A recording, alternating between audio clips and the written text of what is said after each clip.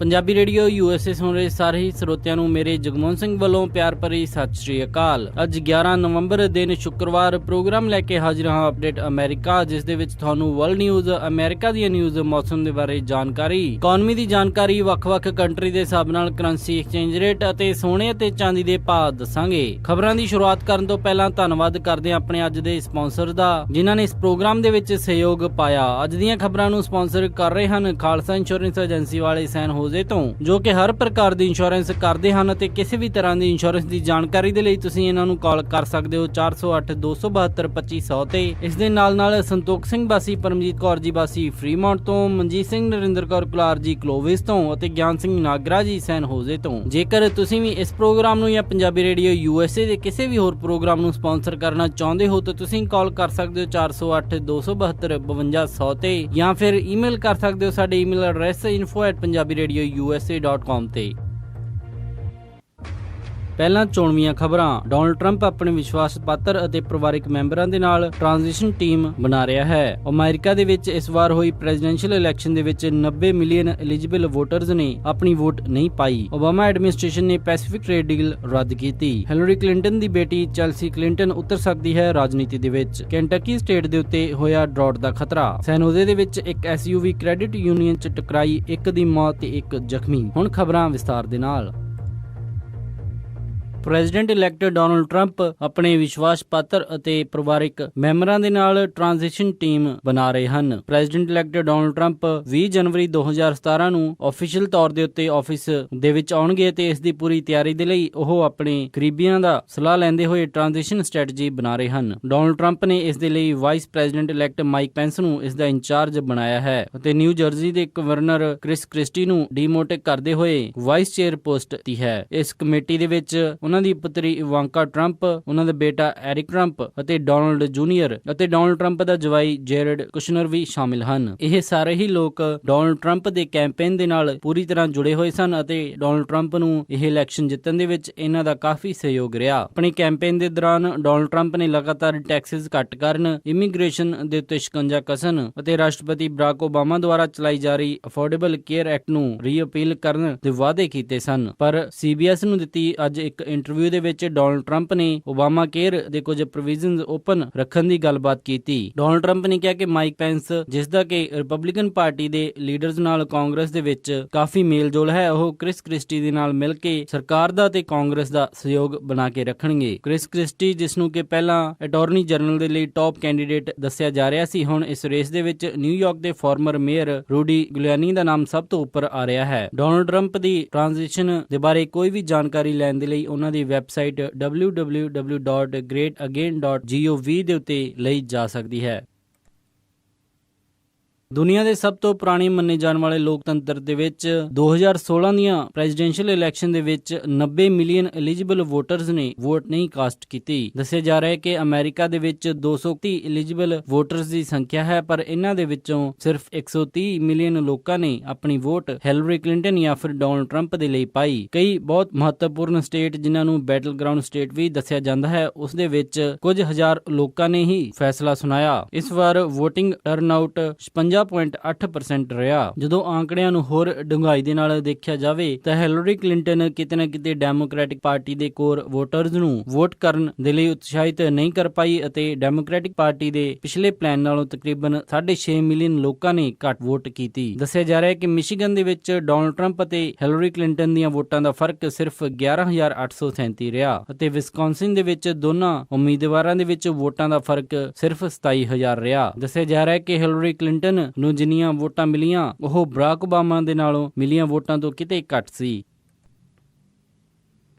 ਰਾਸ਼ਟਰਪਤੀ Barack Obama ਦੀ administration ਦੁਆਰਾ ਲਗਾਤਾਰ ਕੀਤੇ ਜਾ ਰਹੇ ਐਫਰਟ, ਜਿਸ ਦੇ ਵਿੱਚ ਪੈਸੀਫਿਕ ਏਸ਼ੀਅਨ ਟ੍ਰੇਡ ਡੀਲ ਨੂੰ ਸਕਸੈਸਫੁਲ ਬਣਾਉਣ ਦੇ ਲਈ ਉਹ ਕਾਂਗਰਸ ਦੇ ਨਾਲ ਲਗਾਤਾਰ ਗੱਲਬਾਤ ਕਰ ਰਹੇ ਸਨ, ਉਸ ਨੂੰ ਹੁਣ ਓਬਾਮਾ ਐਡਮਿਨਿਸਟ੍ਰੇਸ਼ਨ ਨੇ ਰੱਦ ਕਰ ਦਿੱਤਾ ਹੈ। ਦੱਸਿਆ ਜਾ ਰਿਹਾ ਹੈ ਕਿ ਕਾਂਗਰਸ ਇਸ ਨੂੰ ਪਾਸ ਕਰਨ ਦੇ ਲਈ ਤਿਆਰ ਨਹੀਂ ਸੀ, ਕਿਉਂਕਿ ਅਮਰੀਕਾ ਦੇ ਵਿੱਚ ਨਵੇਂ ਰਾਸ਼ਟਰਪਤੀ ਦੇ ਲਈ ਇਲੈਕਸ਼ਨ ਆਲਰੇਡੀ ਹੋ ਚੁੱਕੇ ਹਨ ਅਤੇ ਨਵੇਂ ਰਾਸ਼ਟਰਪਤੀ ਨੇ 20 ਜਨਵਰੀ 2017 ਨੂੰ ਆਫਿਸ ਸੰਭਾਲਣਾ ਹੈ। ਸੋ ਕਾਂਗਰਸ ਦੇ ਮੁਤਾਬਿਕ ਹੁਣ ਇਹ ਸਭ ਕੁਝ ਨਵੇਂ ਰਾਸ਼ਟਰਪਤੀ ਦੇ ਉੱਤੇ ਨਿਰਭਰ ਕਰੇਗਾ। ਓਬਾਮਾ ਐਡਮਿਨਿਸਟ੍ਰੇਸ਼ਨ ਦੇ ਕੈਬਨਿਟ ਸੈਕਟਰੀਜ਼ ਅਤੇ US ਟ੍ਰੇਡ ਰਿਪਰੈਜ਼ੈਂਟੇਟਿਵ ਕਈ ਮਹੀਨਿਆਂ ਤੋਂ ਇਹ 12 ਕੰਟਰੀ ਦੀ ਟ੍ਰਾਂਸ ਪੈਸੀਫਿਕ ਪਾਰਟਨਰਸ਼ਿਪ ਡੀਲ ਪਾਸ ਕਰਨ ਦੇ ਲਈ ਕਾਂਗਰਸ ਦੇ ਨਾਲ ਗੱਲਬਾਤ ਕਰ ਰਹੇ ਸਨ, ਪਰ ਡੋਨਾਲਡ ਟਰੰਪ ਦੀ ਭਾਰੀ ਜਿੱਤ ਨੇ ਇਹਨਾਂ ਪਲਾਨਸ ਨੂੰ ਕੈਂਸਲ ਕਰ ਦਿੱਤਾ। ਸੈਨੇਟ ਦੇ ਮੈਜੋਰਟੀ ਲੀਡਰ ਮਿਚ ਮੈਕੋਨਲ ਨੇ ਕਿਹਾ ਕਿ ਉਹ ਇਸ ਟ੍ਰੇਡ ਡੀਲ ਦੇ ਉੱਤੇ ਕੰਮ ਨਹੀਂ ਕਰਨਗੇ ਤੇ ਹਾਊਸ ਸਪੀਕਰ ਪੌਲ ਰਿਆਨ ਨੇ ਵੀ ਕਿਹਾ ਕਿ ਉਸ ਡੀਲ ਦੇ ਲਈ ਉਹ ਵੋਟ ਨਹੀਂ ਕਰਨਗੇ ਤੇ ਉਹਨਾਂ ਨੇ ਕਿਹਾ ਕਿ ਇਹ ਸਭ ਕੁਝ ਹੁਣ ਡੋਨਾਲਡ ਟਰੰਪ ਜੋ ਕਿ ਅਮਰੀਕਾ ਦੇ ਅਗਲੇ ਰਾਸ਼ਟਰਪਤੀ ਹੋਣਗੇ ਉਹਨਾਂ ਦੇ ਉੱਤੇ ਹੀ ਨਿਰਭਰ ਕਰੇਗਾ। ਡੋਨਾਲਡ ਟਰੰਪ ਪਹਿਲਾਂ ਹੀ ਇਸ ਪੈਸੀਫਿਕ ਟ੍ਰੇਡ ਡੀਲ ਦੇ ਅਗੇਂਸਟ ਬੋਲ ਚੁੱਕੇ ਹਨ ਅਤੇ ਇਸ ਨੂੰ ਡਿਜ਼ਾਸਟਰ ਦੱਸ ਚੁੱਕੇ ਹਨ। ਉਹਨਾਂ ਨੇ ਅਮਰੀਕਾ ਦੀ ਨਾਫਟਾ ਡੀਲ ਨੂੰ ਵੀ ਰੀਨੈਗੋਸ਼ੀਏਟ ਕਰਨ ਦੀ ਗੱਲ ਕਹੀ ਹੈ। ਡੋਨਾਲਡ ਟਰੰਪ ਦੇ ਕੈਂਪੇਨ ਦੇ ਦੌਰਾਨ ਕਈਆਂ ਗਈਆਂ ਹੋਈਆਂ ਇਹਨਾਂ ਗੱਲਾਂ ਦੇ ਉੱਤੇ ਹੀ ਬਲੂ ਕਾਲਰ ਵਰਕਰਸ ਦੇ ਉੱਤੇ ਕਾਫੀ ਅਸਰ ਹੋਇਆ ਅਤੇ ਓਹਾਇਓ, ਮਿਸ਼ੀਗਨ, ਵਿਸਕੌਨਸਿਨ, ਪੈਂਸਿਲਵੇਨੀਆ ਦੇ ਵਿੱਚ ਉਹਨਾਂ ਨੂੰ ਜਿੱਤ ਹਾਸਿਲ ਹੋਈ। ਵਾਈਟ ਹਾਊਸ ਦੇ ਡਿਪਟੀ ਨੈਸ਼ਨਲ ਸਿਕਿਉਰਿਟੀ ਐਡਵਾਈਜ਼ਰ ਵੈਲੀ ਐਡਮੇਓ ਨੇ ਕਿਹਾ ਹੈ ਕਿ ਰਾਸ਼ਟਰਪਤੀ ਬਰਾਕ ਓਬਾਮਾ ਹੁਣ ਏਸ਼ੀਆ ਪੈਸੀਫਿਕ ਇਕਨੋਮਿਕ ਕੋਆਪਰੇਸ਼ਨ ਨੂੰ ਦੱਸਣਗੇ ਕਿ ਇਹ ਡੀਲ ਹੁਣ ਅਮਰੀਕਾ ਦੇ ਲਈ ਮਾਇਨੇ ਨਹੀਂ ਰੱਖਦੀ ਅਤੇ ਅਮਰੀਕਾ ਇਸ ਦੇ ਵਿੱਚ ਇੰਟਰਸਟਡ ਨਹੀਂ ਹੈ।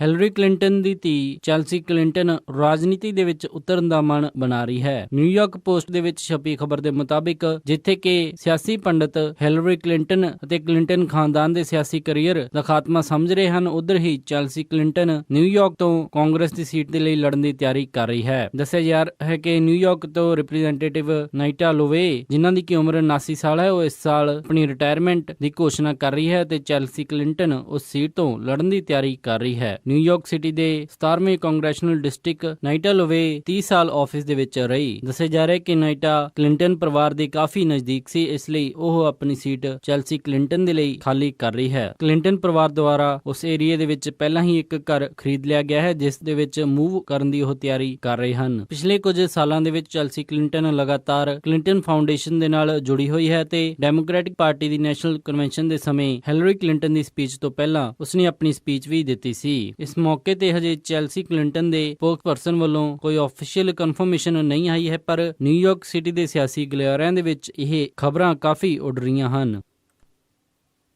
ਕੈਂਟਕੀ ਸਟੇਟ ਦੇ ਵਿੱਚ ਹੁਣ ਮੋਡਰੇਟ ਤੋਂ ਸਵੇਰ ਡਰਾਟ ਡਿਕਲੇਅਰ ਕਰਨ ਦੀ ਤਿਆਰੀ ਚੱਲ ਰਹੀ ਹੈ। ਦੱਸਿਆ ਜਾ ਰਿਹਾ ਹੈ ਕਿ ਕੈਂਟਕੀ ਦੇ ਵਿੱਚ ਲਗਾਤਾਰ ਹੋ ਰਹੀਆਂ ਵਾਈਲਡ ਫਾਇਰਸ ਅਤੇ ਕਿਸਾਨਾਂ ਦੀਆਂ ਲਗਾਤਾਰ ਹੋ ਰਹੀਆਂ ਫਸਲ ਪਾਲਣ ਦੀਆਂ ਮੁਸ਼ਕਲਾਂ ਦੇ ਕਰਕੇ ਕੈਂਟਕੀ ਹੁਣ ਡਰਾਟ ਦੇ ਕੰਢੇ ਤੇ ਆ ਕੇ ਖੜਾ ਹੋ ਗਿਆ ਹੈ। ਸਟੇਟ ਦੇ એનર્ਜੀ ਅਤੇ এনवायरमेंट ਕੈਬਨਿਟ ਨੇ ਲੈਵਲ 1 ਡਰਾਟ ਵੀਰਵਾਰ ਨੂੰ ਕੈਂਟਕੀ ਦੀਆਂ 117 ਕਾਉਂਟੀਜ਼ ਦੇ ਵਿੱਚ ਕਲੀਅਰ ਕਰ ਦਿੱਤਾ। ਇਹਨਾਂ ਦੇ ਵਿੱਚੋਂ ਹੁਣ ਸਿਰਫ 3 ਕਾਉਂਟੀਜ਼ ਹੀ ਇਹੋ ਜਿਹੀਆਂ ਬਚੀਆਂ ਹਨ ਜਿੱਥੇ ਕਿ ਡਰਾਟ ਕਲੀਅਰ ਨਹੀਂ ਕੀਤਾ ਗਿਆ। ਲੈਵਲ 1 ਡਿਕਲੇਅਰ ਹੋਣ ਦਾ ਮਤਲਬ ਮੋਡਰੇਟ ਤੋਂ ਲੈ ਕੇ ਭੀਸ਼ਣ ਹੁੰਦਾ ਹੈ, ਜਿਸ ਦੇ ਨਾਲ ਸੋਇਲ ਮੋਇਸਚਰਜ਼ ਅਤੇ ਪਲਾਂਟ ਦੀ ਹੈਲਥ ਦੇ ਉੱਤੇ ਕਾਫੀ ਜ਼ਿਆਦਾ ਫਰਕ ਪੈਂਦਾ ਹੈ। ਪਬਲਿਕ ਵਾਟਰ ਸਪਲਾਈਜ਼ ਦੇ ਉੱਤੇ ਇਸ ਦਾ ਹਜੇ ਕੁਝ ਜ਼ਿਆਦਾ ਅਸਰ ਨਹੀਂ ਪਿਆ, ਪਰ ਜੇਕਰ ਕੰਡੀਸ਼ਨ ਇਸੇ ਤਰ੍ਹਾਂ ਬਣੀਆਂ ਰਹੀਆਂ ਤਾਂ ਪਬਲਿਕ ਵਾਟਰ ਸਪਲਾਈ ਦੇ ਉੱਤੇ ਵੀ ਇਸ ਦਾ ਫਰਕ ਪਏਗਾ ਤੇ ਪਾਣੀ ਸਪਲਾਈ ਦੇ ਵਿੱਚ ਭਾਰੀ ਕਟੌਤੀ ਕੀਤੀ ਜਾਏਗੀ। ਦੱਸਿਆ ਜਾ ਰਿਹਾ ਹੈ ਕਿ ਇਹ drought farming operations cattle producers ਨੂੰ ਕਾਫੀ ਪ੍ਰਭਾਵਿਤ ਕਰ ਰਿਹਾ ਹੈ। এনवायरमेंटल ਏਜੰਸੀਜ਼ ਲਗਾਤਾਰ ਇਸ ਦੇ ਉੱਤੇ ਮੋਨੀਟਰਿੰਗ ਕਰ ਰਹੀਆਂ ਹਨ ਅਤੇ ਇਸ ਤੋਂ ਕਿਸ ਤਰ੍ਹਾਂ ਨਿਪਟਿਆ ਜਾ ਸਕਦਾ ਹੈ ਇਸ ਦੀ ਤਿਆਰੀ ਕਰ ਰਹੀਆਂ ਹਨ।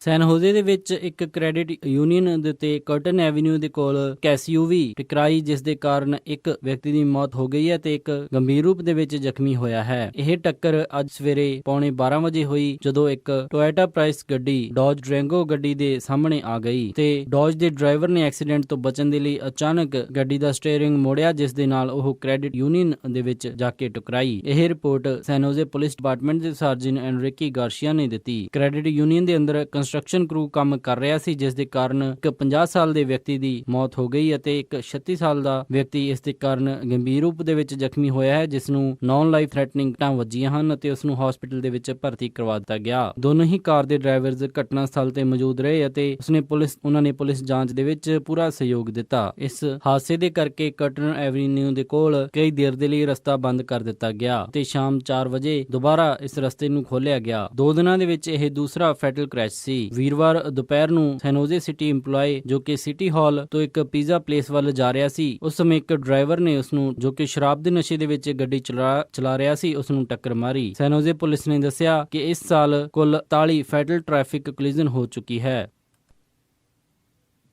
ਇਹ ਸਨ ਅੱਜ ਦੀਆਂ ਕੁਝ ਖਾਸ ਖਬਰਾਂ। ਹੁਣ ਵਧਦੇ ਹਾਂ ਮੌਸਮ ਦੀ ਜਾਣਕਾਰੀ ਦੇ ਵੱਲ। ਸ਼ਨੀਵਾਰ ਨੂੰ ਸੈਨ ਹੋਜ਼ੇ ਦੇ ਵਿੱਚ ਹਾਈ ਟੈਂਪਰੇਚਰ ਰਹੇਗਾ 72 ਡਿਗਰੀ ਅਤੇ ਰਾਤ ਨੂੰ ਲੋ ਟੈਂਪਰੇਚਰ 52 ਡਿਗਰੀ। ਸੈਨ ਫਰਾਂਸਿਸਕੋ ਦੇ ਵਿੱਚ 65 ਡਿਗਰੀ ਹਾਈ ਅਤੇ ਰਾਤ ਨੂੰ 54 ਡਿਗਰੀ ਲੋ। ਸੈਕਰਾਮੈਂਟੋ ਦੇ ਵਿੱਚ 72 ਡਿਗਰੀ ਹਾਈ ਅਤੇ ਰਾਤ ਨੂੰ 48 ਡਿਗਰੀ ਲੋ। ਯੂਬਾ ਸਿਟੀ ਦੇ ਵਿੱਚ 71 ਡਿਗਰੀ ਹਾਈ ਅਤੇ ਰਾਤ ਨੂੰ 47 ਡਿਗਰੀ ਲੋ। ਸਟਾਕਟਨ ਦੇ ਵਿੱਚ 73 ਡਿਗਰੀ ਹਾਈ ਅਤੇ ਰਾਤ ਨੂੰ 48 ਡਿਗਰੀ ਲੋ। ਟ੍ਰੇਸੀ ਦੇ ਵਿੱਚ 74 ਡਿਗਰੀ ਹਾਈ ਅਤੇ ਰਾਤ ਨੂੰ 49 ਡਿਗਰੀ ਲੋ। ਮੋਡੈਸਟੋ ਦੇ ਵਿੱਚ 76 ਡਿਗਰੀ ਹਾਈ ਅਤੇ ਰਾਤ ਨੂੰ 50 ਡਿਗਰੀ ਲੋ। ਫ੍ਰੈਜ਼ਨੋ ਦੇ ਵਿੱਚ 77 ਡਿਗਰੀ ਹਾਈ ਅਤੇ ਰਾਤ ਨੂੰ 49 ਡਿਗਰੀ ਲੋ। ਬੇਕਰਸਫੀਲਡ ਦੇ ਵਿੱਚ 78 ਡਿਗਰੀ ਹਾਈ ਅਤੇ ਰਾਤ ਨੂੰ 51 ਡਿਗਰੀ ਲੋ। ਲਾਸ ਐਂਜਲਸ ਦੇ ਵਿੱਚ 82 ਡਿਗਰੀ ਹਾਈ ਅਤੇ ਰਾਤ ਨੂੰ 59 ਡਿਗਰੀ ਲੋ। ਟਰਕੀ ਦੇ ਵਿੱਚ 57 ਡਿਗਰੀ ਹਾਈ ਅਤੇ ਰਾਤ ਨੂੰ 26 ਡਿਗਰੀ ਲੋ। ਸਾਊਥ ਲੇਕ ਟਾਹੋ ਦੇ ਵਿੱਚ 59 ਡਿਗਰੀ ਹਾਈ ਅਤੇ ਰਾਤ ਨੂੰ 27 ਡਿਗਰੀ ਲੋ। ਪੋਰਟਲੈਂਡ ਓਰੇਗਨ ਦੇ ਵਿੱਚ 60 ਡਿਗਰੀ ਹਾਈ ਅਤੇ ਰਾਤ ਨੂੰ 49 ਡਿਗਰੀ ਲੋ। ਸੈਟਲ ਦੇ ਵਿੱਚ 58 ਡਿਗਰੀ ਹਾਈ ਅਤੇ ਰਾਤ ਨੂੰ 48 ਡਿਗਰੀ ਲੋ। ਫਲੈਗਸਟਾਫ ਐਰੀਜ਼ੋਨਾ ਦੇ ਵਿੱਚ 60 ਡਿਗਰੀ ਹਾਈ ਅਤੇ ਰਾਤ ਨੂੰ 29 ਡਿਗਰੀ ਲੋ। ਸਾਲਟ ਲੇਕ ਸਿਟੀ ਯੂਟਾ ਦੇ ਵਿੱਚ 68 ਡਿਗਰੀ ਹਾਈ ਅਤੇ ਰਾਤ ਨੂੰ 42 ਡਿਗਰੀ ਲੋ। ਸ਼ਿਕਾਗੋ ਦੇ ਵਿੱਚ 53 ਡਿਗਰੀ ਹਾਈ ਅਤੇ ਰਾਤ ਨੂੰ 37 ਡਿਗਰੀ ਲੋ। ਨਿਊਯਾਰਕ ਦੇ ਵਿੱਚ 53 ਡਿਗਰੀ ਹਾਈ ਅਤੇ ਰਾਤ ਨੂੰ 41 ਡਿਗਰੀ ਲੋ। ਟੋਰਾਂਟੋ ਕੈਨੇਡਾ ਦੇ ਵਿੱਚ 10 ਡਿਗਰੀ ਸੈਲਸੀਅਸ ਹਾਈ ਅਤੇ ਰਾਤ ਨੂੰ 4 ਡਿਗਰੀ ਸੈਲਸੀਅਸ ਲੋ। ਵਿਨੀਪੈਗ ਦੇ ਵਿੱਚ 13 ਡਿਗਰੀ ਸੈਲਸੀਅਸ ਹਾਈ ਅਤੇ ਰਾਤ ਨੂੰ 2 ਡਿਗਰੀ ਸੈਲਸੀਅਸ ਲੋ। ਕੈਲਗਰੀ ਦੇ ਵਿੱਚ 15 ਡਿਗਰੀ ਸੈਲਸੀਅਸ ਹਾਈ ਅਤੇ ਰਾਤ ਨੂੰ 1 ਡਿਗਰੀ ਸੈਲਸੀਅਸ ਲੋ। ਵੈਨਕੂਵਰ ਦੇ ਵਿੱਚ 15 ਡਿਗਰੀ ਸੈਲਸੀਅਸ ਹਾਈ ਅਤੇ ਰਾਤ ਨੂੰ 9 ਡਿਗਰੀ ਸੈਲਸੀਅਸ ਲੋ। ਪੰਜਾਬ ਅੰਮ੍ਰਿਤਸਰ ਦੇ ਵਿੱਚ 28 ਡਿਗਰੀ ਸੈਲਸੀਅਸ ਹਾਈ ਅਤੇ ਰਾਤ ਨੂੰ 11 ਡਿਗਰੀ ਸੈਲਸੀਅਸ ਲੋ ਰਹੇਗਾ। ਮੈਲਬਰਨ ਆਸਟ੍ਰੇਲੀਆ ਦੇ ਵਿੱਚ 15 ਡਿਗਰੀ ਸੈਲਸੀਅਸ ਹਾਈ ਅਤੇ ਰਾਤ ਨੂੰ 11 ਡਿਗਰੀ ਸੈਲਸੀਅਸ ਲੋ। ਲੰਡਨ ਦੇ ਵਿੱਚ 10 ਡਿਗਰੀ ਸੈਲਸੀਅਸ ਹਾਈ ਅਤੇ ਰਾਤ ਨੂੰ 5 ਡਿਗਰੀ ਸੈਲਸੀਅਸ ਲੋ। ਬਰਲਿਨ ਦੇ ਵਿੱਚ 3 ਡਿਗਰੀ ਸੈਲਸੀਅਸ ਹਾਈ ਅਤੇ ਰਾਤ ਨੂੰ -5 ਡਿਗਰੀ ਸੈਲਸੀਅਸ ਲੋ ਰਹੇਗਾ। ਅਤੇ ਫਰਾਂਸ ਪੈਰਿਸ ਦੇ ਵਿੱਚ 7 ਡਿਗਰੀ ਸੈਲਸੀਅਸ ਹਾਈ ਅਤੇ ਰਾਤ ਨੂੰ 5 ਡਿਗਰੀ ਸੈਲਸੀਅਸ ਲੋ ਰਹੇਗਾ। ਇਹ ਸੀ ਮੌਸਮ ਦੀ ਜਾਣਕਾਰੀ। ਹੁਣ ਵਧਦੇ ਹਾਂ ਸਟਾਕ ਮਾਰਕੀਟ ਦੀ ਇਨਫੋਰਮੇਸ਼ਨ ਦੇ ਵੱਲ। ਸ਼ੁੱਕਰਵਾਰ ਨੂੰ ਕਲੋਜ਼ਿੰਗ ਦੇ ਸਮੇਂ ਡਾਓ ਜੋਨਸ 39 ਅੰਕ ਵੱਧ ਕੇ 18,847.66 ਤੇ ਬੰਦ ਹੋਇਆ। ਨੈਸਡੈਕ 28 ਅੰਕ ਵੱਧ ਕੇ 5,237.1 ਤੇ ਬੰਦ ਹੋਇਆ। S&P 3 ਅੰਕਾਂ ਦੀ ਗਿਰਾਵਟ ਦੇ ਨਾਲ 2,164.45 ਤੇ ਬੰਦ ਹੋਇਆ। ਵਿਲਸ਼ਰ 5000 35 ਅੰਕ ਵੱਧ ਕੇ 22,533.48 ਤੇ ਬੰਦ ਹੋਇਆ। ਕਰੰਸੀ ਐਕਸਚੇਂਜ ਰੇਟ ਦੇ ਵਿੱਚ ਇੱਕ US ਡਾਲਰ ਦੀ ਕੀਮਤ 67 ਰੁਪਏ 56 ਪੈਸੇ, ਕੈਨੇਡੀਅਨ ਡਾਲਰ ਦੀ ਕੀਮਤ 49 ਰੁਪਏ 99 ਪੈਸੇ, ਬ੍ਰਿਟਿਸ਼ ਪਾਉਂਡ ਦੀ ਕੀਮਤ 85 ਰੁਪਏ 14 ਪੈਸੇ, ਆਸਟ੍ਰੇਲੀਅਨ ਡਾਲਰ ਦੀ ਕੀਮਤ 50 ਰੁਪਏ 96 ਪੈਸੇ, ਇੱਕ ਯੂਰੋ ਦੀ ਕੀਮਤ 73 ਰੁਪਏ 34 ਪੈਸੇ, ਇੱਕ ਨਿਊਜ਼ੀਲੈਂਡ ਡਾਲਰ ਦੀ ਕੀਮਤ 48 ਰੁਪਏ 7 ਪੈਸੇ, ਇੱਕ ਸਿੰਗਾਪੁਰ ਡਾਲਰ ਦੀ ਕੀਮਤ 47 ਰੁਪਏ 81 ਪੈਸੇ, ਬਹਿਰੀਨੀ ਦਿਨਾਰ ਦੀ ਕੀਮਤ 179 ਰੁਪਏ 23 ਪੈਸੇ, ਇੱਕ ਕੁਵੈਤੀ ਦਿਨਾਰ ਦੀ ਕੀਮਤ 222 ਰੁਪਏ 63 ਪੈਸੇ। ਸੋਨੇ ਦਾ ਰੇਟ $1227 13 ਸੈਂਟ ਪਰ ਆਉਂਸ ਰਿਹਾ ਅਤੇ ਚਾਂਦੀ $17 36 ਸੈਂਟ ਪਰ ਆਉਂਸ ਰਹੀ। ਇਹ ਸਨ ਅੱਜ ਦੀਆਂ ਕੁਝ ਖਾਸ ਖਬਰਾਂ। ਇਸੇ ਦੇ ਨਾਲ ਅੱਜ ਦਾ ਇਹ ਖਬਰਾਂ ਦਾ ਬੁਲੇਟਿਨ ਇੱਥੇ ਹੀ ਸਮਾਪਤ ਕਰਦੇ ਹਾਂ। ਇਜਾਜ਼ਤ ਦਿਓ। ਉਮੀਦ ਹੈ ਕਿ ਤੁਹਾਨੂੰ ਅੱਜ ਦਾ ਇਹ ਪ੍ਰੋਗਰਾਮ ਪਸੰਦ ਆਇਆ ਹੋਵੇਗਾ। ਕਿਸੇ ਵੀ ਤਰ੍ਹਾਂ ਦੇ ਫੀਡਬੈਕ ਦੇ ਲਈ ਤੁਸੀਂ ਸਾਨੂੰ ਕਾਲ ਕਰ ਸਕਦੇ ਹੋ 408 272 52 100 ਤੇ, ਜਾਂ ਫਿਰ ਈਮੇਲ ਕਰ ਸਕਦੇ ਹੋ ਸਾਡੇ ਈਮੇਲ ਐਡਰੈਸ info@punjabiradiousa.com ਤੇ। ਇੱਕ ਵਾਰੀ ਫਿਰ ਸਾਰੇ ਸਪਾਂਸਰਸ ਦਾ ਬਹੁਤ-ਬਹੁਤ ਧੰਨਵਾਦ। ਮਿਲਦੇ ਹਾਂ ਅਪਡੇਟ ਅਮਰੀਕਾ ਦੇ ਅਗਲੇ ਅੰਕ ਵਿੱਚ। ਤਦ ਤੱਕ ਲਈ ਸਾਰਿਆਂ ਨੂੰ ਪਿਆਰ ਅਤੇ ਸਤਿਕਾਰ ਭਰੀ ਸਤਿ ਸ਼੍ਰੀ ਅਕਾਲ। ਸੁਣਦੇ ਰਹੋ ਜੀ ਪੰਜਾਬੀ ਰੇਡੀਓ USA।